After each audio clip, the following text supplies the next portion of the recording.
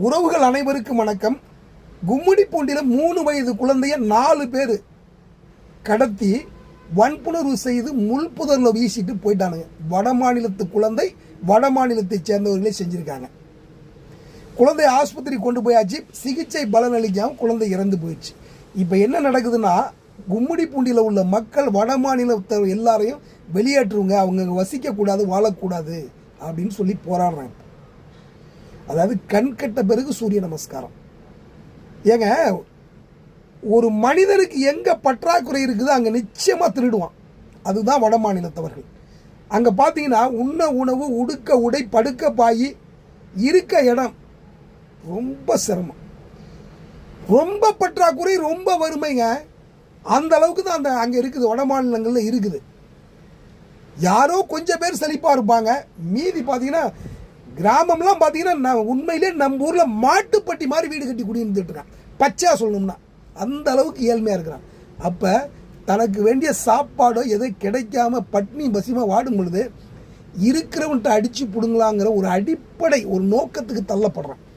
அடிப்படை குற்றம் செய்கிறதுக்கு தள்ளப்படுறான். குற்றவாளி பிறப்புலையே அவன் குற்றவாளி நான் சொல்லவே வரல, அந்த நிலைக்கு தள்ளப்படுறான்.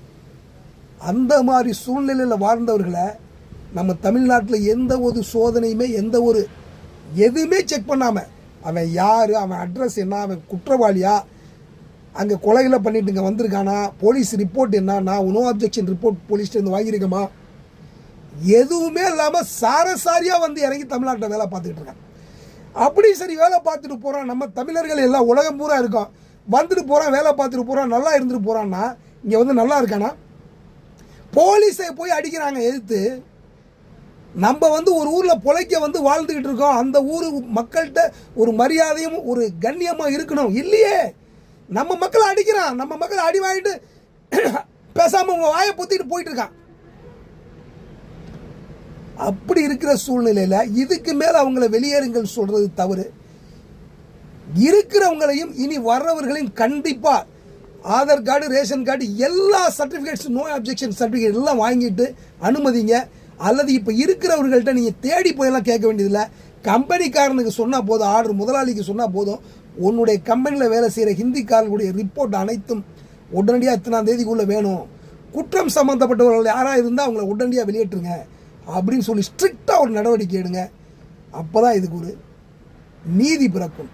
இதுக்கு பேர் தான் மாற்றம். செய்யுங்க. நன்றி உறவுகளை. காணுங்கள், பகிருங்கள், பங்களிப்பை கொடுங்க, சப்ஸ்கிரைப் பண்ணுங்கள், சப்போர்ட் பண்ணுங்கள். நன்றி உறவுகளை.